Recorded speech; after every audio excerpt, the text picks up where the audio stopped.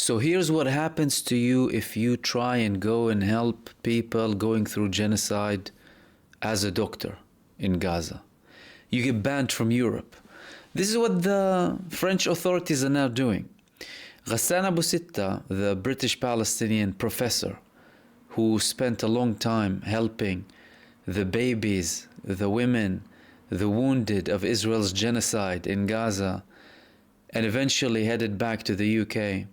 And by the way, was smeared in mainstream media, even in the UK as well, disregarding the fact that he's part British, part Palestinian. Then he got back. Okay, he went to Germany, they banned him. They banned him in Germany, deported back to Britain. Now he tries to go and have a conference. He was invited by the Senate, by the Green Party, to have a speech in the Senate in France, to speak about the war crimes, about the atrocities in Gaza. He lands in Charles de Gaulle. Oh, you can't go. You can't go in. Sorry. No approval. Why? Germany has a Schengen-wide ban on him.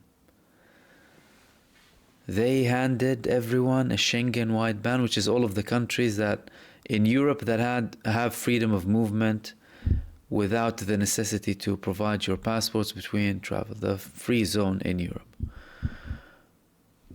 What kind of continent are we talking about?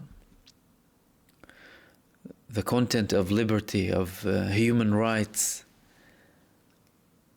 of freedom of speech. What kind of freedom of speech is this? And how can you reach such a low in preventing a man who's going to do such a noble act in Gaza and help people suffering and going through genocide, and then when he goes back to Europe, he gets put through this like he's a war criminal? But the war criminals who participated in the Palestinian genocide, in the war crimes, by international law, by International Court for Justice, they said they're a genocidal state. Now you have arrest warrants against their leaders and you have arms ban. You welcome them freely. You welcome the killers freely.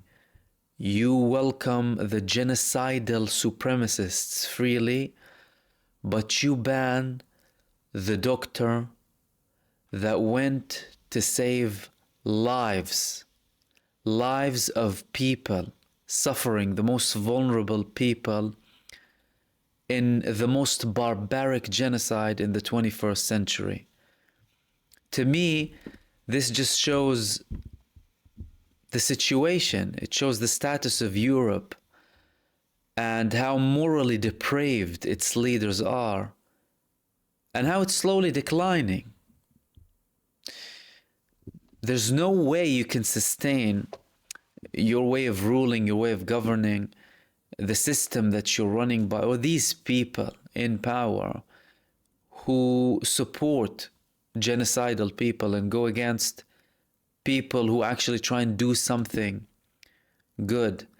And I think it's about time for these leaders to wake up before it's too late.